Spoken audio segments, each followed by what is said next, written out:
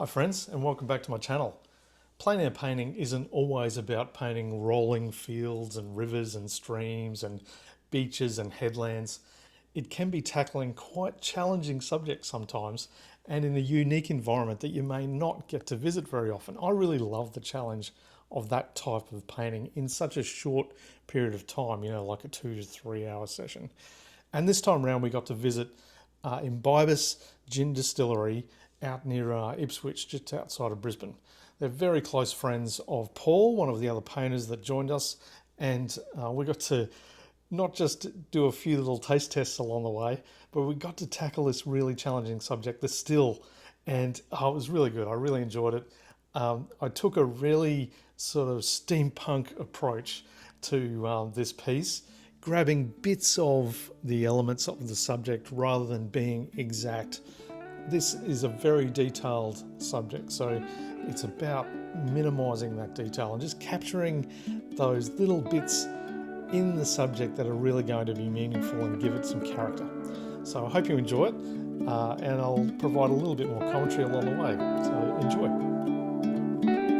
The still is this very sculptural structure and elements that had all these little dials and measurements and little vacuum tubes and chambers and pipes, and so it was a really challenging little piece of gear, and I had to be very strategic about what I was going to actually create, and I really just wanted to have a bit of fun, to be honest. There was no chance that I was going to be able to paint the entire still or scene in plein air in this factory setting on the day, and that wasn't my intention. I was always just wanted to get the character of it, so I tackled it with that in mind. Just have a bit of fun, capture what I can capture, and make a little bit of character.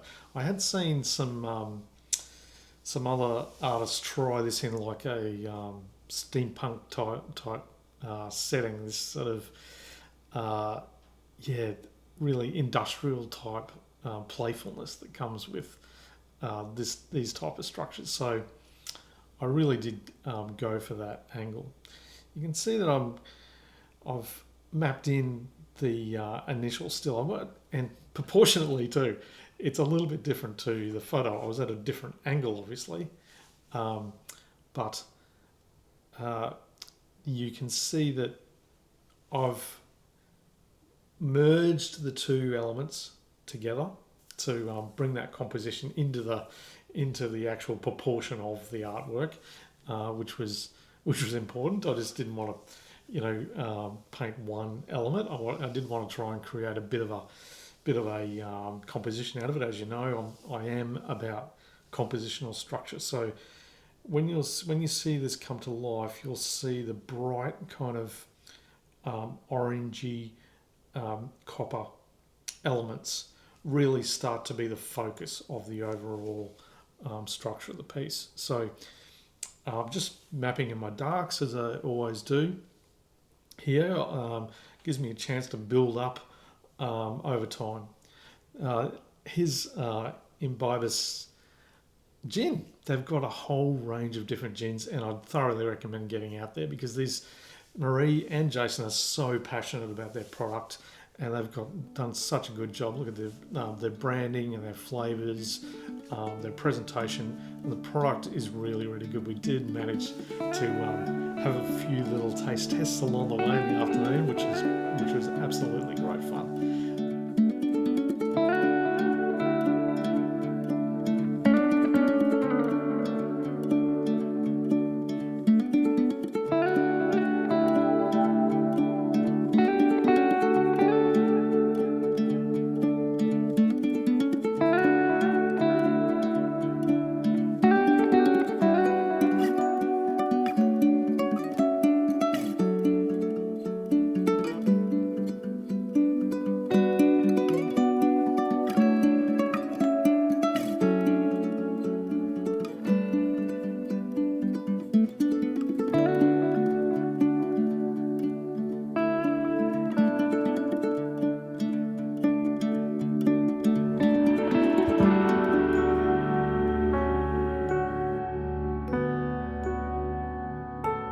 So now I'm just starting the darker elements of the copper still. So the still on the, I think there is only one still actually. I'm not a huge, I have no knowledge about distilling alcohol, but Jason was telling me that he uses leftover wine from winemakers, and that gets poured into that larger cone-shaped still there, and then the through the process of evaporation, the alcohol is extracted from that, and it goes down into these little chambers, and as it works its way up the chamber, in each of those, you can see the little holes, little glass look-in elements in that right-hand side tube. That gets the alcohol more and more refined to like very high 90% kind of clarity, and purified alcohol that then is mixed with water and flavors to create the gin. So I do often stand back. I'm standing back a lot, and you can see now I've gone for that orangey copper brightness in that in the top of the still area, and I found that the copper colour to be quite challenging. I ended up going for like a transparent red oxide mix to get that colour. I don't think I really quite nailed it, to be honest, but I'm happy with how the outcome made. So, I'm painting a lot of within the curvature. I'm trying to brush strokes are following the curve and shape of the stills to give it that three-dimensional feel. Whenever I'm painting the dials, I'm doing circular brush strokes and twisting the brush around in that circular motion to really make sure I'm capturing those shapes really nicely, but in a kind of playful way as well. Lots of paint on the brush, really just giving it a lot of texture and shape and fun in that feel.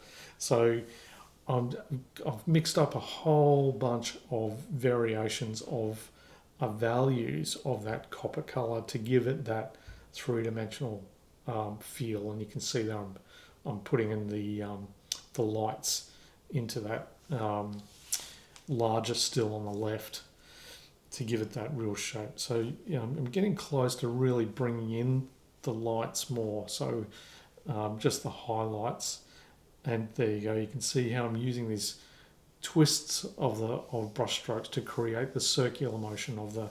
So I'm really trying not to go in and do things twice. I'm really trying to maintain my confidence and just go for those circular elements. I may not get it right all the time, but it doesn't matter. It's only paint, so it gives you a playfulness to the overall thing.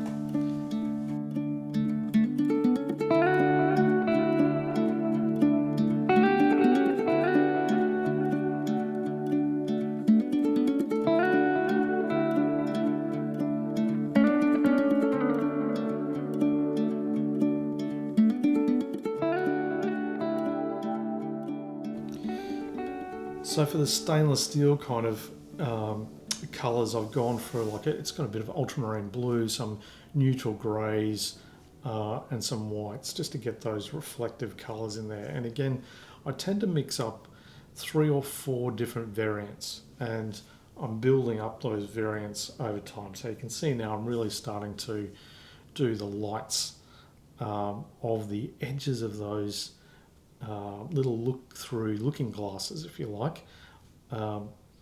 So they're little poles out to the side. You can see in the subject are actually light switches, so that you can shed some light into there and see the vapor of the alcohol forming. Yeah, it's an awesome little piece of gear.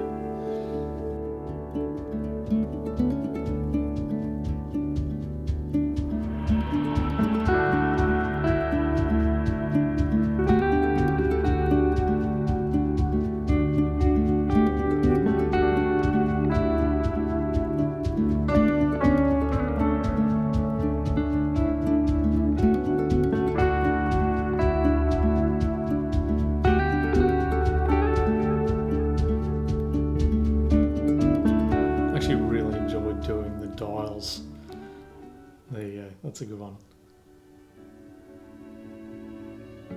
Building them up.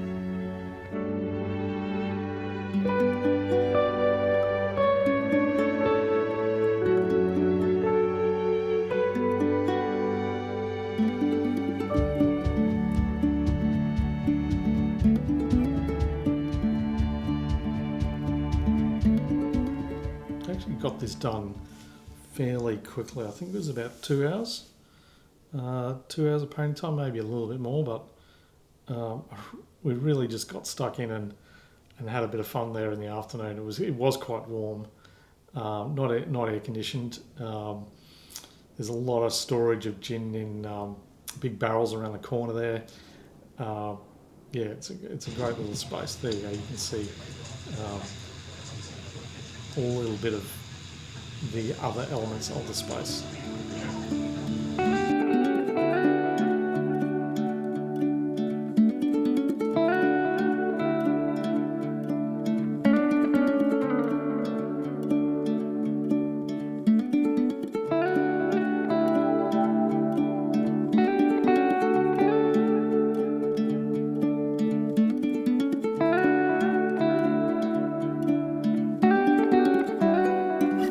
If you do like what I'm doing here, please don't hesitate to like and subscribe.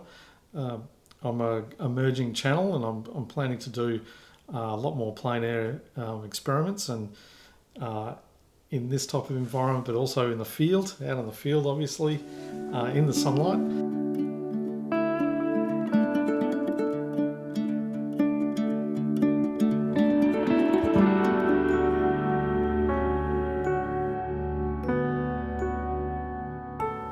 So now I'm also actually going in and adding darks back in. So after that block in, you've got your sort of mid-tone layers and your heavy darks that are put in first. But essentially you're always re-evaluating the structure. So building up depth, light values to give those highlights, and then pairing it back, making those adjustments as you go. It's a really interesting process, and you've just got to really trust the process. Actually, you can get a little bit concerned in that, let's call it the ugly phase. Everyone knows that there's an ugly phase. So, but you really do have to just trust the process and commit. Certainly with some of these elements, the dials and the angles of the dials, the angles of the circles, anticipating. That atmospheric perspective to give even if it's a little bit of artificial depth, to give the painting a bit more life, then that's definitely worth chasing along the way. You can see I have really simplified this piece. It's a bit of fun.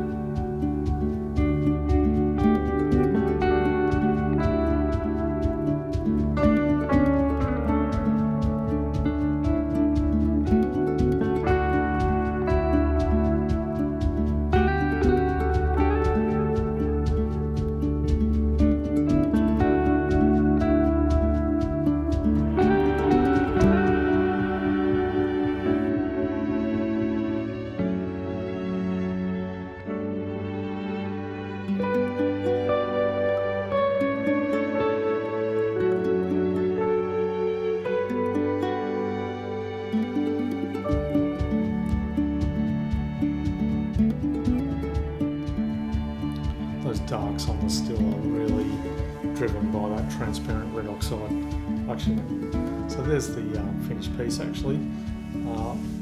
Yeah, really lots of fun to pull that together, and very happy with the result.